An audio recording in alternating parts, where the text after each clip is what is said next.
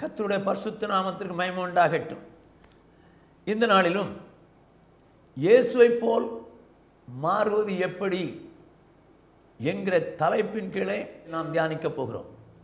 இயேசுவை போல் மாறுவது எப்படி? 1 யோவான் 3வது அதிகாரம் 2வது வசனம். பிரியமானவர்களே, இப்பொழுது தேவனுடைய பிள்ளைகளாய் இருக்கிறோம், இனி எவ்விதமாய் இருப்போம் என்று இன்னும் வெளிப்படவில்லை. ஆகிலும் அவர் வெளிப்படும்போது அவர் இருக்கிற வண்ணமாகவே நாம் அவரை தரிசிப்பதினால் அவருக்கு ஒப்பா இருப்போம் என்று அறிந்திருக்கிறோம். வேதம் சொல்கிறது நல்லா கவனிங்க.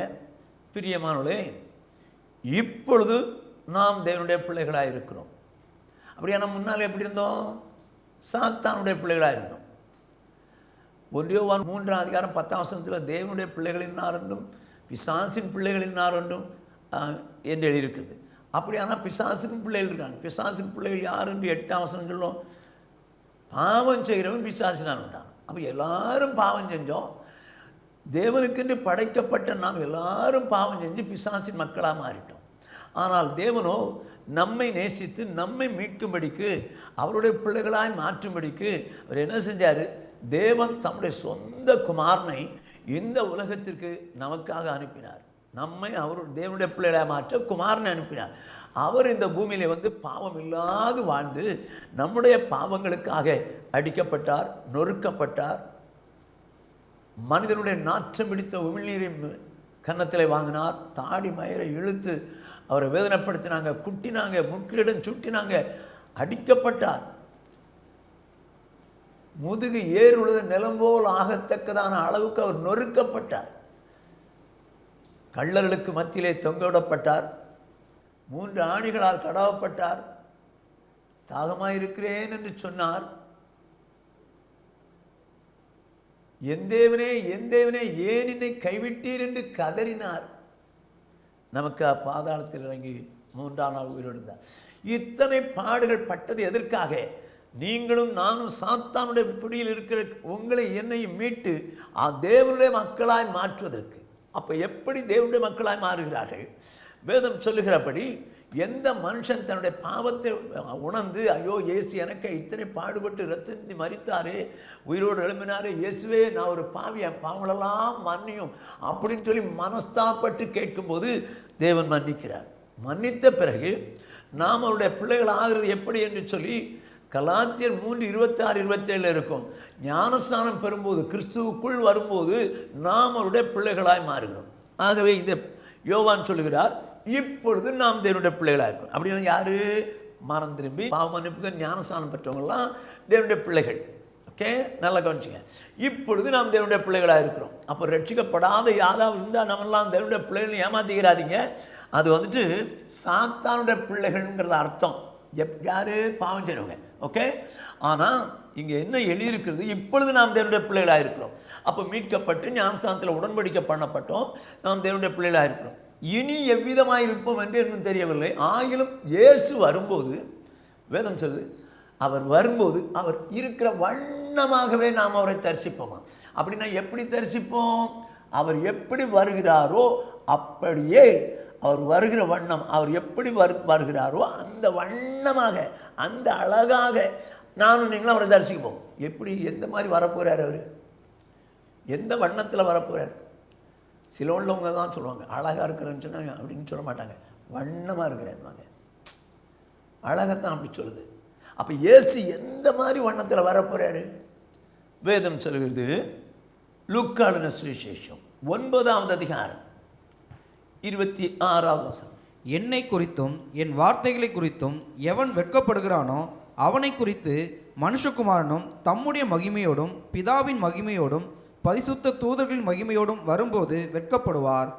வேதம் சொல்லுது பாருங்க, எப்படி வரப்போறாராம்? பிதாவின் மகிமையோடு, தம்முடைய மகிமையோடு, பரிசுத்த தூதர்களின் மகிமையோடு. அப்படின்னா எந்த அளவுக்கு பவர்ஃபுல்லாக இருக்கும் பாருங்க அந்த அழகு. எப்படி மகிமையாக இருக்கும்? இன்றைக்கி அழகுபடுத்துறதுக்கு ஃபேர் அண்ட் லவ்லி போடுறாங்க, இல்லை பியூட்டி பார்லர் போகிறாங்க, என்னென்னமோ அழகுபடுத்து. இந்த அழகெல்லாம் அவர் பார்வையில் குப்பைங்க. இந்த உலக பிரகாரமான சரீரத்துக்கு இவ்வளோ அழகு பார்க்குறீங்க இல்லை. ஆவிக்குரிய சரீரம் ஒரு நாளில் மகிமை அடைய போகுது. அந்த மகிமை அடைய போகிற அந்த நாளில் எப்படி இருக்குமா? பிதாவின் மகிமையுடையவளாய், நாம் இயேசு கிறிஸ்துவனுடைய மகிமையுடையவளாய், அதோடு மாத்திரமில்லை தூதர்களின் மகிமையுடையவளாய், அத்தனை மகிமையை சேர்ந்தவராய் இயேசு வரப்போகிறார். அதே மகிமையில் நீங்களும் நானும் இருக்க போகிறோம். யாரு? தேவனுடைய பிள்ளைகள். கவனமாக கேட்டுங்க, தேவனுடைய பிள்ளை. அப்போ தூதர்கள் மகிமை எப்படி இருக்கும்னு நான் ஒரு எக்ஸாம்பிளுக்கு ஒரு வசனம் சொல்கிறேன். வெளிப்படுத்தின விசேஷம் 18வது அதிகாரம் 1ஆம் வசனம். இவைகளுக்கு பின்பு வேறொரு தூதன் மிகுந்த அதிகாரமுடையவனாய் வானத்திலிருந்து இறங்கி வர கண்டேன். அவனுடைய மகிமையினால் பூமி பிரகாசமாயிற்று. ஏன்னா அவனுடைய, எப்படி வானத்தின் ஒரு தூதன் இறங்கி வர கண்டேன், அவனுடைய மகிமையினால் பூமி பிரகாசமாயிட்டான். அப்போ பூமியை பிரகாசிப்பிக்கத்தக்கதான ஒரு மகிமை அடைந்தவனாக இருக்கிறான். யார்? தூதன். ஆனால் இயேசு வரும்போது தூதனோடு வரவில்லை, தூதர்களோடு கூட வருவார். அப்படியானா ஒரு தூதனாலேயே பூமி பிரகாசம் அடையுதுன்னா, இந்த தூதர்களோடு கூட வரும்போது இந்த பிரகாசம் எப்படி இருக்குன்னு யோசிச்சு பாருங்க. இன்னைக்கு ரட்சிக்கப்பட்டவங்கெல்லாம் இயேசு வருவார் மகிமை அடையணுங்கிற எண்ணமே கிடையாதுங்க. அதை பற்றி கவலையே படுறதில்லை. காலையில் எழும்பணுமா, ரட்சிக்கப்பட்டாச்சு, ஞானம் எடுத்தாச்சு, ஆண்டவரே நான் இந்த உலகத்தில் இந்த மாதிரி என் மனைவி ஆச்சரியம், புருஷன் ஆச்சரியம், பிள்ளை ஆச்சரியம், கஷ்டம் போகணும், நஷ்டம் போகணும், என் பிள்ளை பெரிய பிள்ளை கல்யாணம் ஆகணும், 2ஆம் பையனுக்கு வேலை கிடைக்கணும், எங்களுக்கு ஒரு வீடு வாங்கித்தாங்க, இயேசுவின் மூலம் ஜெபங்கள். இந்த என்னங்க நீங்கள் ரட்சிக்கப்பட்டதுக்கு அடையாளமே இல்லை. உலகத்தானே அப்படி தான் கேட்குறோம், நீங்களும் அப்படி தானே கேட்குறீங்க. இயேசு வருவார், இன்னைக்கு வந்தால் நான் போகணும்னு சொல்லி யாராவது நீங்கள் யோசித்து கேட்குறீங்களா? ஆண்டவர்கிட்ட இன்னைக்கு வந்தாலும் நான் அப்படி ஆயத்தமாக இருக்கணும் ஆண்டவரேன்னு சொல்லி கேட்குறீங்களா? இல்லையே. கேட்டால் அவர் எப்படியா கொண்டு போயிட மாட்டார், கொண்டு போயிடுவார். வேதம் அழகா சொல்லுது, அவர் வரும்போது மகிமையோடு கூட வருவாராம். அந்த மகிமையில் நம்மளை எடுத்துக்கொள்ள வரோம். அப்படியானால் அந்த மகிமை அடையணும்னு சொன்னான், கவனமானுங்க, மகிமை அடையணும்னு சொன்னால் எப்படி வாழணும் தேவனுடைய பிள்ளைகள் என்று சொல்லுகிறவர்கள் அப்படி என்று சொல்லி வேதம் சொல்றது கொஞ்சம் தியானிப்போம். 1 யோவான் 3ஆவது அதிகாரம் 3ஆவது வசனம். அவர் மேல் இப்படிப்பட்ட நம்பிக்கை வைத்திருக்கிறவன் எவனும் அவர் சுத்தமுள்ளவராய் இருக்கிறது போல தன்னையும் சுத்திகரித்துக் கொள்கிறான். கர்த்தருக்கு மகிமை உண்டாகட்டும். என்னவா? இயேசு வரும்போது அவர் இருக்கிற வண்ணமாகவே நாம் அவரை தரிசிப்பதனால் அவருக்கு ஒப்பாயிருப்போம் என்று அறிந்திருக்கோம் என்று 2ஆவது வசனம் சொல்லுது. 1 யோவான் 3:2. 3ஆவது வசனம் என்ன சொல்லுது? அவர் மேல் இப்படிப்பட்ட நம்பிக்கை வைத்திருக்கிறவன் எவனும் அவர் சுத்தமுள்ளவராக இருக்கிறது போல தன்னை சுத்திகரித்துக் கொள்கிறான். எப்படி? இயேசுவை போல மகிமை அடையணும்னு சொன்னால் அவருடைய நாளில் இயேசுவை போல இந்த உலகத்தில் வாழ்ந்தாகணும். நான் சொல்லலை, வேதம் சொல்லுறது உங்களுக்கு விளக்க சொல்லி பார்க்குறேன். இயேசுவை போல வாழணுங்க. இயேசுவை போல வாழ முடியுமா? நிறைய பேருக்கு என்ன நினைப்பு தெரியுமா? அவர் தேவகுமாரனுங்க, அவர் வாழ்வாருங்க தேவனை போல. ஆனால் நம்மெல்லாம் மனுஷங்க, ஆனால் நம்மளால் மாற முடியாதுங்க. சொல்லாத. அவர் இந்த உலகத்தில் இருக்கும்போது மனுஷகுமாரன் தான் இருக்கிறது, மனுஷனாக தான் இருந்தார். ஆனால் அவர் அத்தனையாய் பரிசுத்தமுள்ளவராக இருந்தார். அதைத்தான் வேதம் சொல்லுகிறது, அவர் சுத்தமுள்ளவராக இருக்கிறது போல தன்னை சுத்திகரித்துக் கொள்கிறான். அவர் மேல் இப்படிப்பட்ட நம்பிக்கை உள்ளவர். அவர் வரும்போது நான் எடுத்துக்கொள்ளப்பட வேண்டும் என்று சொல்லுவானால் அவரை போல பரிசுத்த ஆகிதான். பரிசுத்த ஆக முடியுமான்னு சொல்லி நீங்கள் கேட்டீங்கன்னு வச்சுங்க, உங்களால் முடியாது. நான் சாதாரணமாக சொல்லுவேன், தம்பி கணக்கில் 100 மார்க் எடுத்துருவாடான்னு ஒருத்தன்ட்ட கேட்குறேன்னு வச்சுங்க, அவன் போங்க தாத்தா 50 எடுத்தாலே பெருசுமா, அவன் 100க்கு 100 எடுக்க மாட்டான். ஆனால் இன்னொருத்தன்ட்ட கேட்குறேன், தம்பி நீ 50 எடுத்துருவாடா கணக்கு. என்ன தாத்தா அப்படி சொல்லிட்டீங்க? நான் 100 எடுத்து காமிக்கிறேன் தாத்தா அப்படின்னு சொல்லுவானா, அவன் 100 எடுத்துவான். அப்படியே என்னால் இயேசுவை போல மாற முடியாதுன்னு நீங்கள் சொன்னீங்கன்னா மாற முடியாது. என்னால் இயேசுவை போல மாற முடியும் அப்படின்னு சொன்னால் மாற முடியும். எப்படி மாற முடியுங்கிறதுக்கு உதாரணங்களோடு கூட நான் உங்களுக்கு சொல்ல விரும்புகிறேன். யாக்கோபுவின் நிருபம் 3ஆவது அதிகாரம் 7ஆவது வசனம். சகலவிதமான மிருகங்கள், பறவைகள், ஊரும் பிராணிகள், நீர்வாழும் ஜந்துக்கள் ஆகிய இவைகளின் சுவாபம் மனுஷ சுவாபத்தால் அடக்கப்பட்டதும் உண்டு. வேதம் சொல்லுங்க, சகல விதமான மிருகங்கள், ஊரும் பிராணிகள், பறவைகள், நீந்தும் ஜீவ ஜந்துக்கள் இவைகளெல்லாம் மனுஷனால் அடக்கப்பட்டது உண்டு. ஏங்க, மிருகம் தனி குவாலிட்டி, அதுக்கு தனி குணம். மனுஷனுக்கு தனி குணம். மனுஷன் குணம் மிருகத்துக்கு வருமா? வராதுங்க. மனுஷன் குணம் மிருகத்துக்கு வராது. ஆனால் இந்த வசனம் என்ன சொல்லுது? அவனால் அடக்கப்பட்டது உண்டு. எப்படி? அவன் மனுஷன் தன்னுடைய காரியத்தை வச்சு அடக்கி காரியங்களை செய்யறான். நான் எப்படி இந்த மிருகங்களுக்கு மனுஷனுடைய குணம் வருதுன்னு சொல்லி உங்களுக்கு உதாரணத்தோடு சொல்கிறேன். நீங்கள் முன்னால் சர்க்கஸ்க்கு போயிருந்தீங்கன்னா தெரிஞ்சிருக்கோம். ரட்சிக்கப்பட்ட பிறகு நீங்கள் சர்க்கஸ் போகாதீங்க, அது வேஸ்ட்டு. முன்னால் சர்க்கஸ் போனவங்களுக்கு தெரிஞ்சிருக்கோம். இப்போது யானை ஒன்று, சர்க்கஸ் கேம்பஸ்குள்ளே இருக்கிற யானையை ஒரு யானை பாகம் என்ன செய்கிறான்? ஒரு சின்ன ஸ்டூலில் 4 காலையும் நிறுத்தி வச்சு பார்க்கணுன்னு ஆசைப்படும்.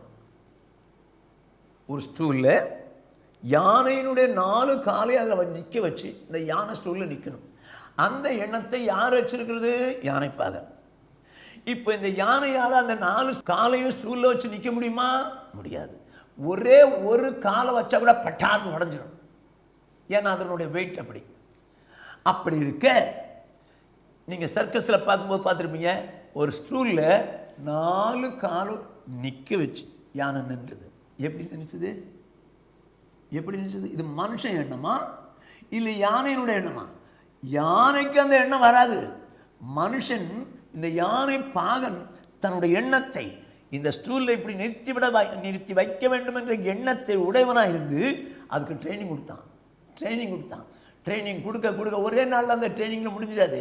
பல மாதங்களாச்சு, வருடம் கூட ஆயிருக்கலாம். அப்படி ஆன பிறகு ஒரு நாளில் 4 காலையும் ஸ்டூலில் வச்சு நின்றுது. மனுஷனுடைய குணம் யானைக்கு வந்துருச்சுங்க. மனுஷனுடைய எண்ணம் யானைக்கு வந்துருச்சுது. இது காட்டுக்குள்ளே இருக்கிற யானை ஒன்றும் செய்ய முடியாது. காட்டுக்குள்ளே இருக்கிற யானையை கிட்ட போனீங்கன்னா நீங்கள் அப்படி துதிக்க வச்சு ஒரே போடா போட்டு மிதிச்சிடும். சர்க்கஸ் கேம்பஸில் இருக்கிற யானையைத்தான் அப்படி செய்ய முடியும். அதே நேரத்தில் இன்னொரு உதாரணம் சொல்கிறேன். புலி வேட்டையாட போகிறாங்கன்னு வச்சுங்க, துப்பாக்கியை தூக்கிட்டு போனால் கூட சீறிட்டு வரும். ஏன்னா துப்பாக்கியினுடைய சீரியஸ்னஸ் அதுக்கு தெரியாது, அதனால் சீறிட்டு வரும். அதே நேரத்தில் பந்தம் பிடிச்சுப்போங்க, தீப்பந்தம். அந்த பந்தத்துக்கு அந்த தீக்காக பயந்து ஓடிடும்.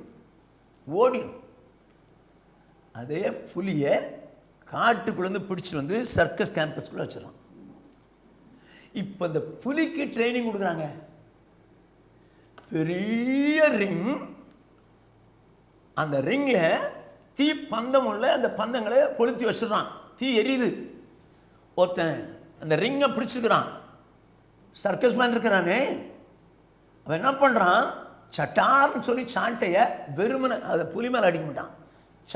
அந்த சத்தம் கேட்ட உடனே இந்த புலி அந்த ரிங்குக்குள்ளே போகுது. ஏங்க, ஒரு பந்தத்தை, தீப்பந்தத்தை பார்த்தாலே பயந்து ஓடுகிற இந்த புலி எரியக்கூடிய அந்த பந்தத்துக்குள்ளே எப்படி போச்சுது? உயிரையும் தியாகம் பண்ணி போகுதுங்க. எப்படி போச்சுது? இது புலியினுடைய குணமா? இல்லை, மனுஷனுடைய குணம். மனுஷன் குணத்தை இதுக்குள்ளே கொண்டு வந்துட்டானே. எப்படி வந்தது? காட்டுக்குள்ளே இருக்கிற புலியை ஒன்றும் செய்ய முடியாது. ஆனால் சர்க்கஸ் கேம்பஸில் வந்த புலியை அவன் தன்னுடைய எண்ணத்துக்கு கொண்டு வந்துட்டானே. செத்தாலும் சாவரேன், நான் உள்ளே போகிறேன்னு போகுதே. எப்படி கொண்டு வந்தான்? அது ட்ரைனிங் கொடுத்துட்டான். ஓகே, அப்படியானா ஒரு மனுஷன் தம் மிருகங்களுக்கு தன்னுடைய குணத்தை கொண்டு வர முடியுமானா, தேவனுக்கும் மனுஷனுக்குள்ளே தேவனுடைய குணத்தை கொண்டு வர முடியும். ஆனால் இந்த மிருகங்களை எப்படி கொண்டு வர முடியும்னு நான் சொல்கிறேன். ஒன்று, அதாவது முதல்ல என் எஜமா இப்படி என்னை வாஞ்சிக்கிறேன், நான் இப்படி அவருடைய எண்ணத்துக்கு வரணும்னு வாஞ்சிக்கிறேன், 4 காலை வச்சு ஸ்டூலில் நிற்கணும்னு நினைக்கிறேன், இந்த ரிங்குக்குள்ளே, இந்த பந்தம் எரியக்கூடிய ரிங்குக்குள்ளே போகணும்னு என்னை நினைக்கிறேன். நான் அந்த நினைவுக்கு என்ன ஒப்பு கொடுக்குறேன்? அவருடைய நினைவுக்கு என்ன ஒப்பு கொடுக்குறேன்? அவர் என்ன செஞ்சாலும், அடித்தாலும் பிடிச்சாலும் அதுக்கும் நான் ஒத்துக்கிறேன். எப்படியாவது அவருடைய எண்ணத்துக்கு என்னை அர்ப்பணிக்கிறேன்னு சொல்லி எந்த மிருகம் என் உடம்பு பெருசு என்னால் முடியாதுலாம் நினைக்காது, நெருப்பு என்னை கொன்னுடும் நினைக்காது. ஆனால் என் எஜமான் விருப்பத்துக்கு பரிபூர்ணமாக என்னை ஒப்பு கொடுக்குறேங்கிற மிருகங்கள் மட்டும்தான் அந்த எஜமானுடைய எண்ணத்துக்கு ஏற்றபடி செயல்படுறதா மாறும். புரிஞ்சுங்க? அதே போல் இது கவனமாக கட்டுங்க. இது சர்க்கஸ் கேம்பஸ்குள்ளே இருக்கிற மிருகங்களை தான் இப்படி மாற்ற முடியும். இந்த சர்க்கஸில் பார்த்தீங்களா, குரங்கு சைக்கிள் ஓட்டும் பார்த்துறீங்களா? அது என்னைக்கு குரங்கு சைக்கிளில் ஓட்டுச்சு, ஆனால் குரங்கு சைக்கிள் ஓட்ட வச்சுட்டானே. இது யாருடைய எண்ணம்? மனுஷனுடைய எண்ணங்க. அது எப்படி மனுஷனுடைய எண்ணத்துக்கு செயல்படுது? அது தன்னை அர்ப்பணிச்சிச்சு. என் எஜமானுக்கு நான் அப்படியே 100% கீழ்ப்படின்னு ஒப்பு கொடுத்தது, அதனால ஓட்டுது மனுஷன் எண்ணத்தில். அருமையான சௌர்ணே சௌரியே, நீ ரட்சிக்கப்பட்டு சபைக்குள்ளே வந்திருக்கிற. ரட்சிக்கப்படாத ஊரில் சுற்றுறவனை இயேசுவை போல மாற்ற முடியாது. ஆனால் சபைக்கு வந்தவன் இயேசுவை போல மாறித்தான் ஆகணும். ஏன்னா சபைக்கு தலை கிறிஸ்து, நீ சரீரம். அவர் என்ன சொல்றாரு அப்படியே செய்வதற்கு நீ மனப்பூர்வமாய் ஒப்பு கொடுப்பாயானால், மனப்பூர்வமாய் ஒப்பு கொடுப்பாயானால் நீ இயேசுவை போல மாற முடியும். நீ இயேசுவை போல மாற முடியும். ஆனால் இன்றைக்கு என்னால் முடியல பிரதர், என்னால் முடியல பிரதர், என்னால் முடியல பிரதர்னு சொல்லியே நீங்கள் அதாவது என்ன பண்ண மாட்டேங்கிறீங்க, இயேசுவை போல மாற மாட்டேங்கிறீங்க. எங்க யானைக்கு முடியாதுங்க, புலிக்கு முடியாதுங்க. என்னால் முடியாதுன்னு அந்த யானை நினைச்சிருச்சுன்னு வச்சுங்க, யானை பானை கீழே போட்டு மிதிச்சிடும், புலி தோண்டை பிடிச்சிடும். இல்லை இல்லை, என் எஜமா விருப்பத்துக்கு நம்ம மனப்பூர்வமாக ஒப்பு கொடுக்கணும், ஒப்பு கொடுக்குது. அருமையான சௌர்ணே சௌரியே கேள். ஒரு மனிதனுடைய எண்ணம் ஒரு மிருகத்துக்கு வருமானால், மகா பரிசுத்தம் உள்ள தேவனுடைய பரிசுத்தம் எனக்கும் உனக்கும் வர முடியும். எப்படின்னா நீ மனப்பூர்வமாக ஒன்று ஒப்பு கொடுக்கும்போது. நான் எப்படின்னு என்ன ஒரு சின்ன ஒரு உதாரணத்தை உங்களுக்கு சொல்கிறேன். ஒரு மனுஷன் பெரிய குடிகாரன், பக்கா குடிகாரன், ராத்திரி பதிலமாக குடிக்கிறான், மனைவி அடிக்கிறான், பிள்ளைகளை அடிக்கிறான், ரொம்ப நடக்கிறான். இப்போது இந்த அவனுடைய மனைவியும் அவனுடைய மாமனாரும் மாமியாரும், அதாவது அவனுடைய மாமியார் மனைவியினுடைய அப்பா அம்மாவும் இவனை எப்படியா மாற்றிடணும்னு சொல்லி இந்த குடிகாரங்களை மாற்றுறதுக்கு ஒரு ஹாஸ்பிட்டல் வச்சுருக்காங்க பார்த்தீங்களா, அந்த ஹாஸ்பிட்டலுக்கு கூப்பிட்டு போயிட்டாங்க. அந்த ஹாஸ்பிட்டலில் சொன்னாங்க நாங்கள் 3 மாதத்தில் மாற்றிடுவோங்கன்னாங்க. ஆனால் என்னாச்சு, 3 மாதம் சேர்ந்தான். 3 மாதம் சேர்ந்த பிறகு அவன் வரும்போது, ஐயா நாங்கள் குடிக்கிறதுக்கு எந்த விதமான ஒரு இதுவும் இல்லை, வசதி இல்லை, ஒன்றும் இல்லை, வாய்ப்பும் இல்லை. அதுக்கு மருந்து குடிச்சிட்ருக்காங்க. 3 மாதம் முடிஞ்சோன்னே வந்துடுறான். 1 மாதம் குடிக்காமல் இருக்கான். 2வது மாதம் அவன் நண்பன் ஒருத்தன் வடா வா அப்படின்னு சொல்லி கூப்பிட்றான். கூப்பிட்டு மெல்ல வெளியே கூப்பிட்டு போகிறான், குடிக்க கொடுக்குறான். அவன் ஏன் குடித்தான்? குடிச்சிட்டானே, இப்போ குடிச்சிட்டானே. ஏன் குடித்தான்? 3 மாதம் அங்கே அப்படி இருந்து வைராக்கியமாக இருந்தவன், குடிக்க அந்த மாதிரி மருந்து சாப்பிட்டவன், இப்போ ஏன் குடித்தான்? அதாவது நான் புரிகிற மாதிரி உங்களுக்கு சொல்கிறேன். இந்த மனுஷனுக்குள்ளே மாற்றம் வரணும்னு என்ன வரல, இந்த மனுஷனை மாற்றணும்னு நினச்சாங்க. யார்? அவன் மனைவியும் மாமனார் மாமியாரும். அதனால தான் இவன் மாற மாட்டேங்கிறான். ஆண்டவருக்கு உங்களை மாற்றணும்னு ஆசை தான், ஆனால் நீங்கள் அவரை போல மாறணும்னு ஆசைப்பட்டாதான் அவரால் மாற்ற முடியும்.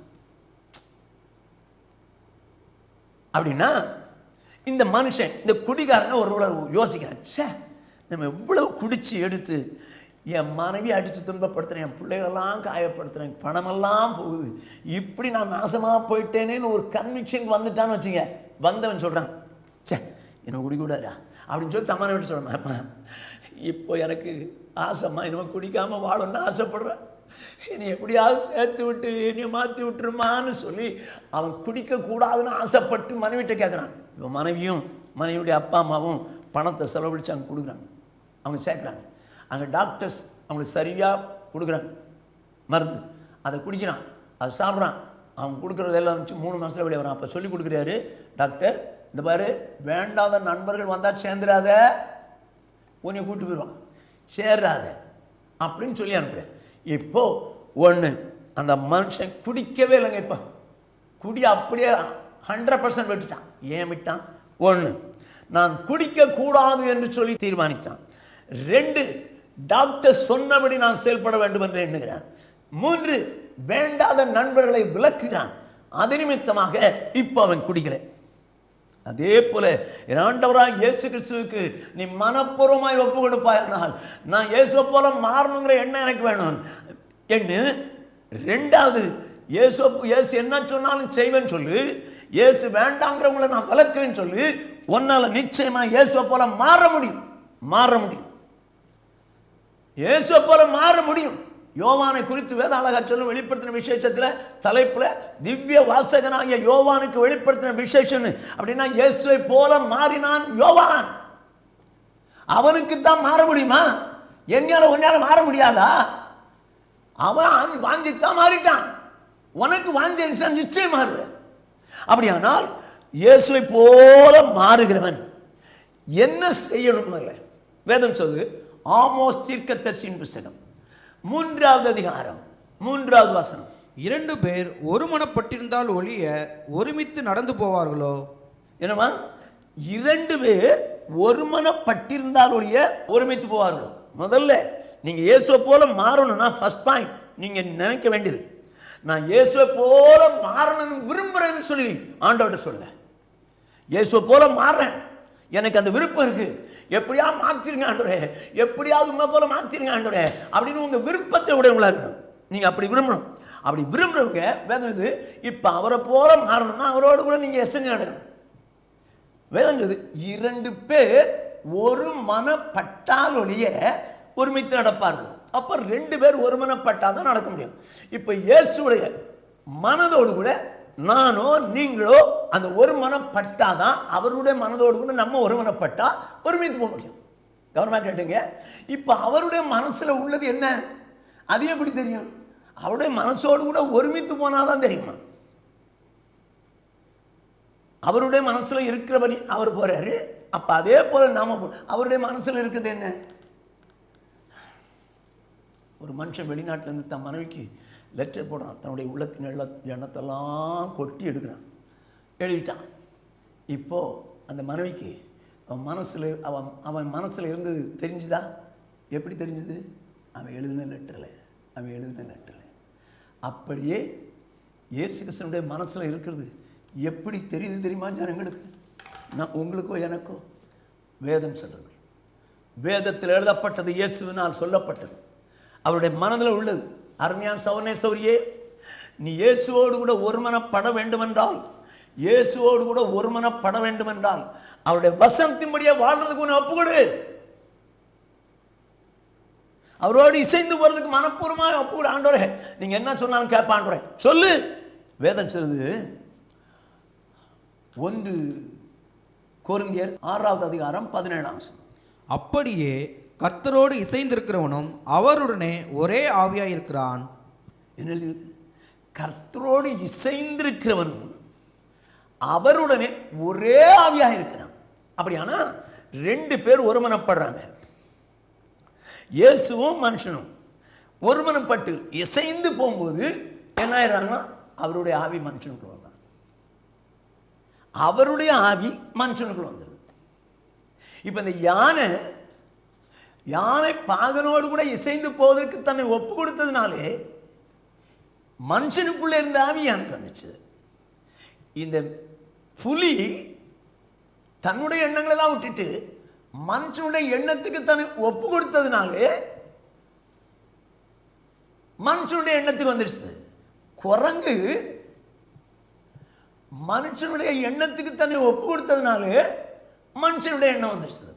அப்படியே அருமையான சௌனே சௌரியே 2 பேர் ஒருமனப்பட்ட அப்படின்னா ஆண்டவரோடு கூட ஒருமனப்படணும்னு சொன்னா அவர் என்ன சொல்றாரோ அதை செய்தற்கு என்ன செய்யணும்? வேதம் அழகா சொல்லுது. அதாவது கர்த்தரோடு இசைந்திருக்கிறவன் அவருடைய ஒரே ஆவியா இருக்கிறான். அப்படின்னா அவரோடு கூட எசைஞ்சு போறதுக்கு தன்னை ஒப்பு கொடுக்கணும். அப்படி ஒப்பு கொடுத்து வாழ என்ன ஆகுது? அவருடைய ஒரே ஆவி. எந்த ஆவி? அவர் ஆவி நமக்கு வந்துடுது.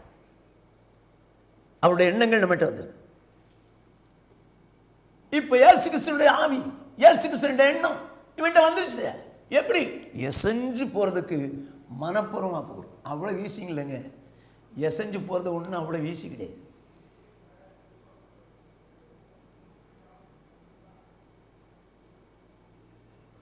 வேதம் சொல்லுகிறது 1 சாமுவேலின் புத்தகம்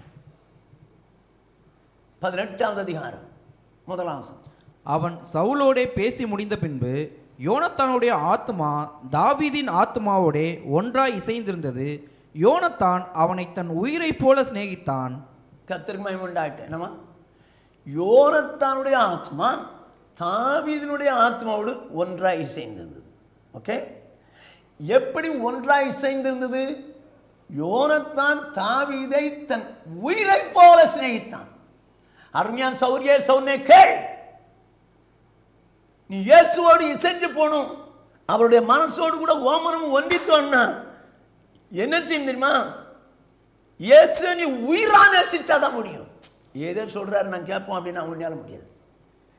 இந்த யானை பாகனை மேன்மையா எண்ணுது, தன்னுடைய உடம்பை விட தன்னை விட. ஐயோ, யானை பாகனை அவ்வளவு மேன்மையான்றதுனால தான் அதுக்கு ஒப்பு கொடுக்குது. புலியும் தன்னுடைய உயிரை பற்றியோ தன்னுடைய சரத்தை பற்றியோ கவலைப்படாம, ஐயோ என் எஜமானுக்கு என்ன ஒப்பு கொடுக்குறேன்னு சொல்லி மனப்பூர்வமா ஒப்பு கொடுத்தனால, அது உயிரை விட அவரை நேசிச்சனால தான் உயிரையும் பெருசா நினைக்காம ஒப்பு கொடுக்கும். இந்த குடிகாரன் தன்னை விட, இந்த குடியை விட டாக்டர் நினைக்கிறான். டாக்டர் சொல்றாரு, இதை மருந்து சாப்பிட, எப்படி வாழ, கூட்டாளியோட சேராத, அவருடைய அட்வைஸ்க்கு தன்னை ஒப்பு கொடுக்குறான். எந்த மனுஷன் அவங்களுடைய அட்வைஸ்க்கு தன்னை மனப்பூர்வமா ஒப்பு கொடுக்க அவன் பிடிக்க மாட்டான். அதே போல அருமையான சௌனே சௌரியே, நீ இயேசுவோடு கூட இணைந்து போகணும்னு நீ வாஞ்சிப்பானால், ஆனால் உனக்கு வாஞ்ச இயேசுவை நீ உயிரான் நேசிச்சாதான் அது முடியும். அப்போதான் அந்த வாஞ்ச வரும். சும்மா நான்லாம் சொல்கிறேங்க இயேசுவை போல மாறணும். இயேசு உயிரா நேசிக்கணுங்க. உங்கள் உள்ளத்தை கொஞ்சம் யோசிச்சு பாருங்களேன். நீங்கள் அவர் எப்படி நேசிக்கிறீங்க யோசிச்சு பாருங்க. அவர் உங்களுக்கா எனக்கா எத்தனையா பாடுபட்டார், அடிக்கப்பட்டார். நீங்கள் நான் நரகத்துக்கு போயிருக்கணுங்க, நரகத்துக்கு போயிருக்கணும். ஆனால் ஒன்று என்ன நரகத்துக்கு போயிடக்கூடாதுன்னு ஒன்று என்ன மீட்டாரு. அத்தனை பாடுபட்டு மீட்டாரு.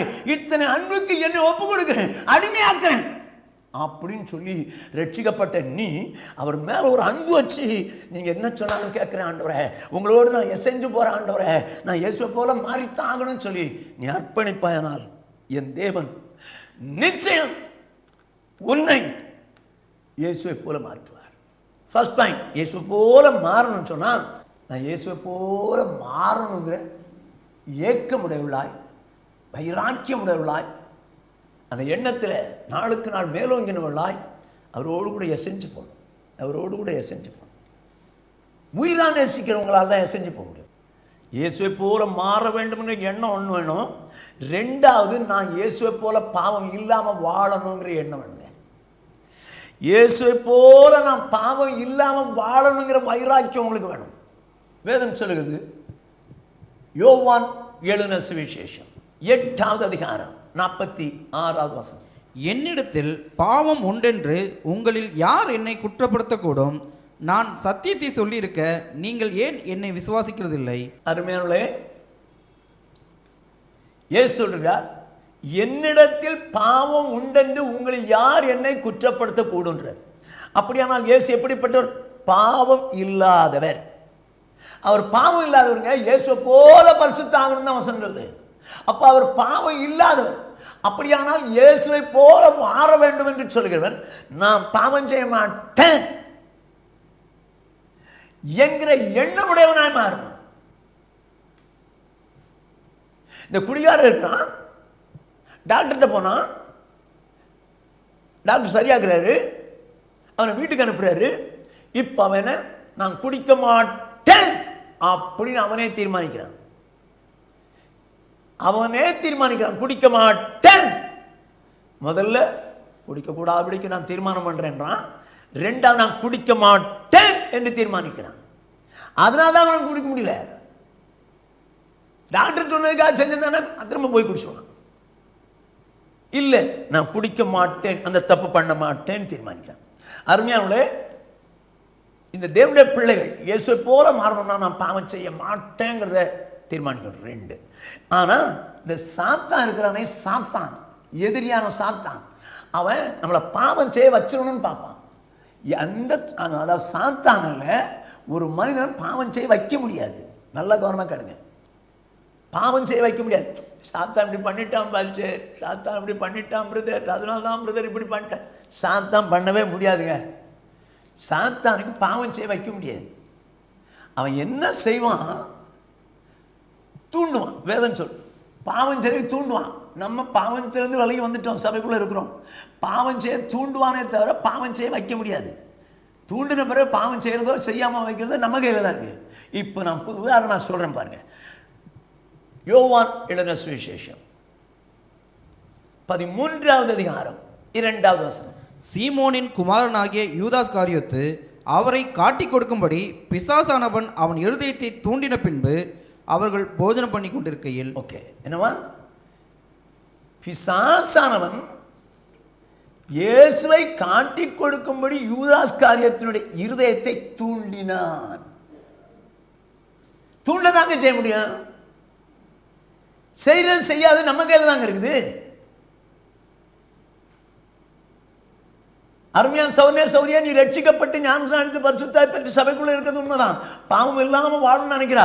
ஆனால் பாவ சுவாவங்களை இருக்குதே பாரு, அதை மெல்ல தூண்டுவான். நீ பாவ சுவாவத்தை ஒழிச்சாகணும். பாவ சுவாவத்தை மெல்ல தூண்டுவான். பாரு பாரு பாரு பாரு, அந்த பொண்ணு பாரு, அழகா இருக்கு பாரு பாரு, தூண்டுவான்.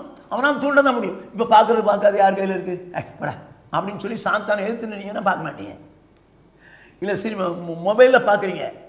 பழைய நாட்களில் நடந்த ஒரு சம்பவம், இல்லை ஒரு சினிமா வந்துருச்சு உங்கள் கையில், நீங்கள் என்ன பண்ணுவீங்க? அதை பார்க்க சொல்கிறான், பாரு யாரும் இல்லை, பாரு பாரு பாருன்னு தூண்டுறான். நீங்கள் என்ன பண்ணுவீங்க? இப்போ யாரும் இல்லையா அப்படின்னு சொல்லி நினச்சி தூண்டுனதுக்கு நீங்கள் சம்மதிச்சிங்கன்னு வச்சுங்க, தப்பணுவீங்க தப்பணுவீங்க.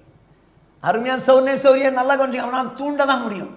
இந்த யூதாஸ் காரியத்துக்கு தூண்டுனாங்க. கிட்டத்தட்ட 45 நிமிஷம் கழித்து சாத்தான் யூதாஸ் காரியத்துக்குள் பூந்தான். அவன் இயேசுவை காட்டி கொடுக்க தப்பண்ண போயிட்டான். அருமையான சௌரியே, ரெண்டாவதாக நான் பாவம் செய்ய மாட்டேன் அப்படின்னு சொல்லி தீர்மானிக்கணும். அப்ப பாவம் செய்யாம இருப்பது எப்படி? அவன் தூண்டுறான்.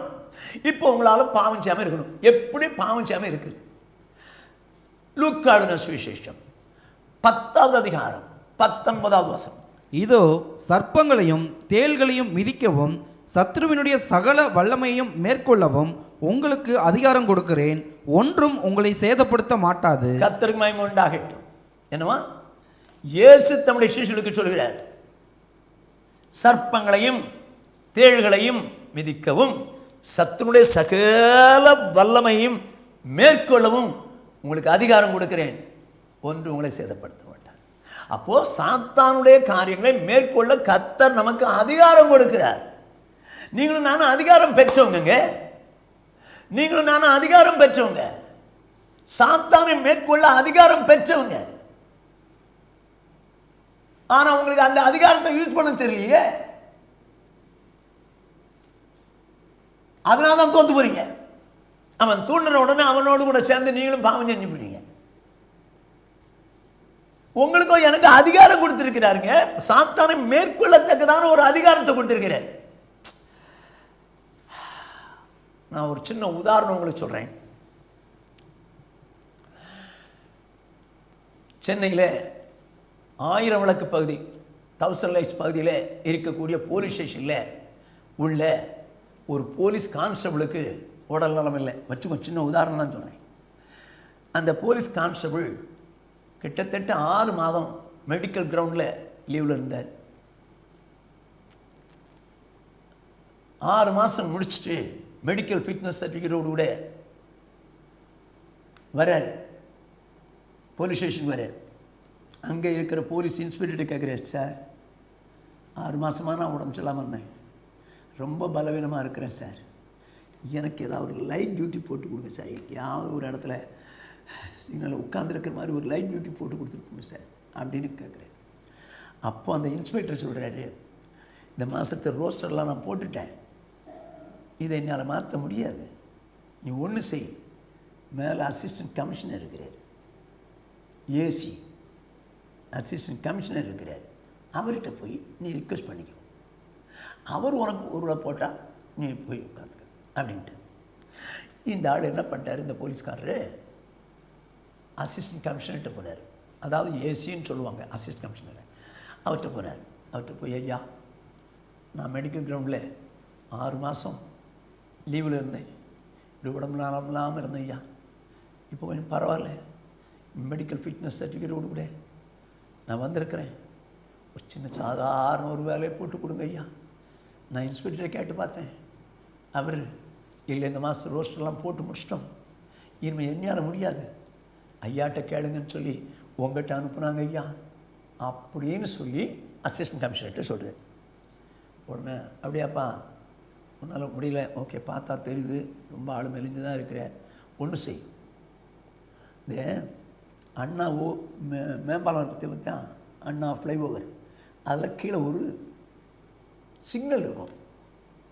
அந்த சிக்னல் 24 ஹவர்ஸும் கரண்ட் இருக்கும். அது யாரும் ஒன்று நின்று கைட் பண்ண வேண்டியதில்லை, டைரக்ட் பண்ண வேண்டியதில்லை.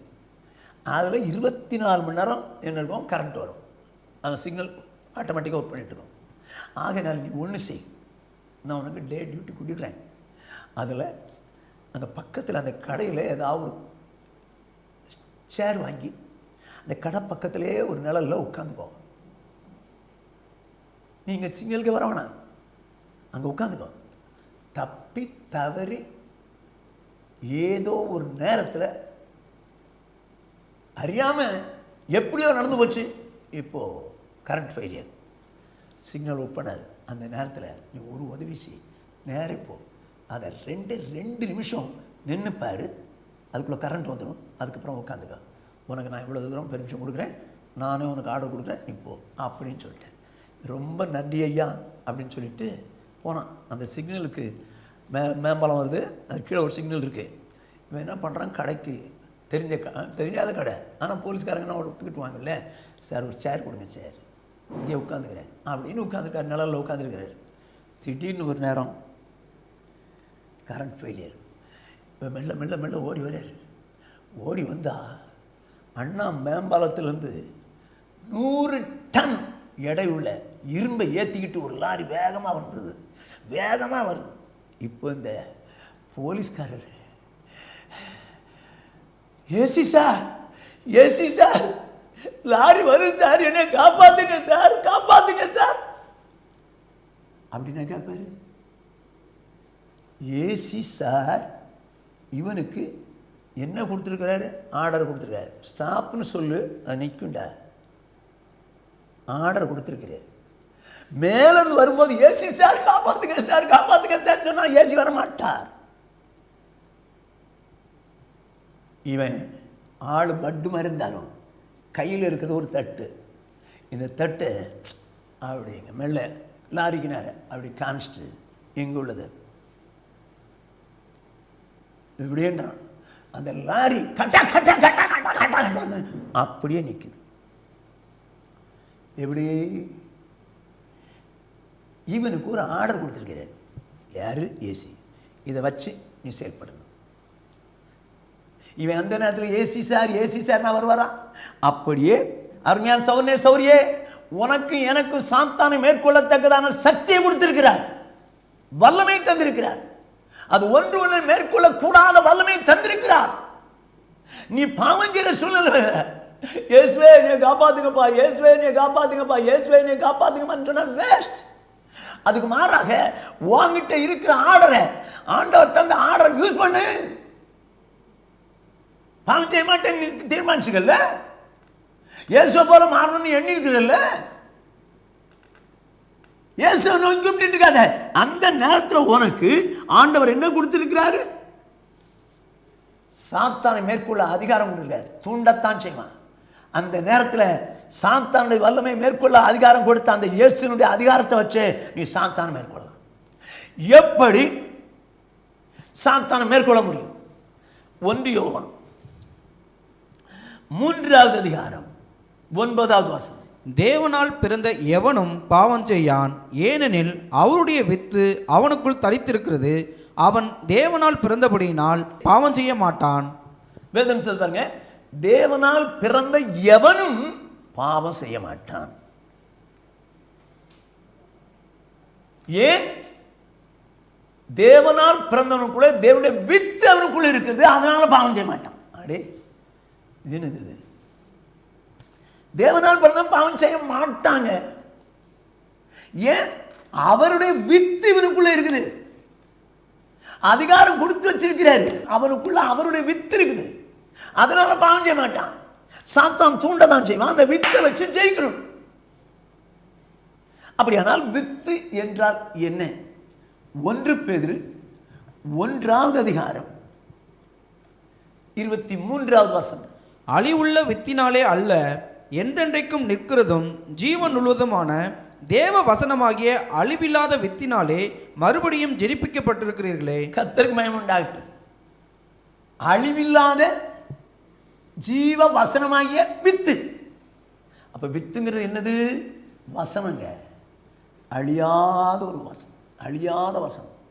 இது வானம் பூமி ஒழியும், என் வார்த்தையை ஒரு நாளும் ஒழியாதுன்னு சொன்னார் பார்த்தீங்களா?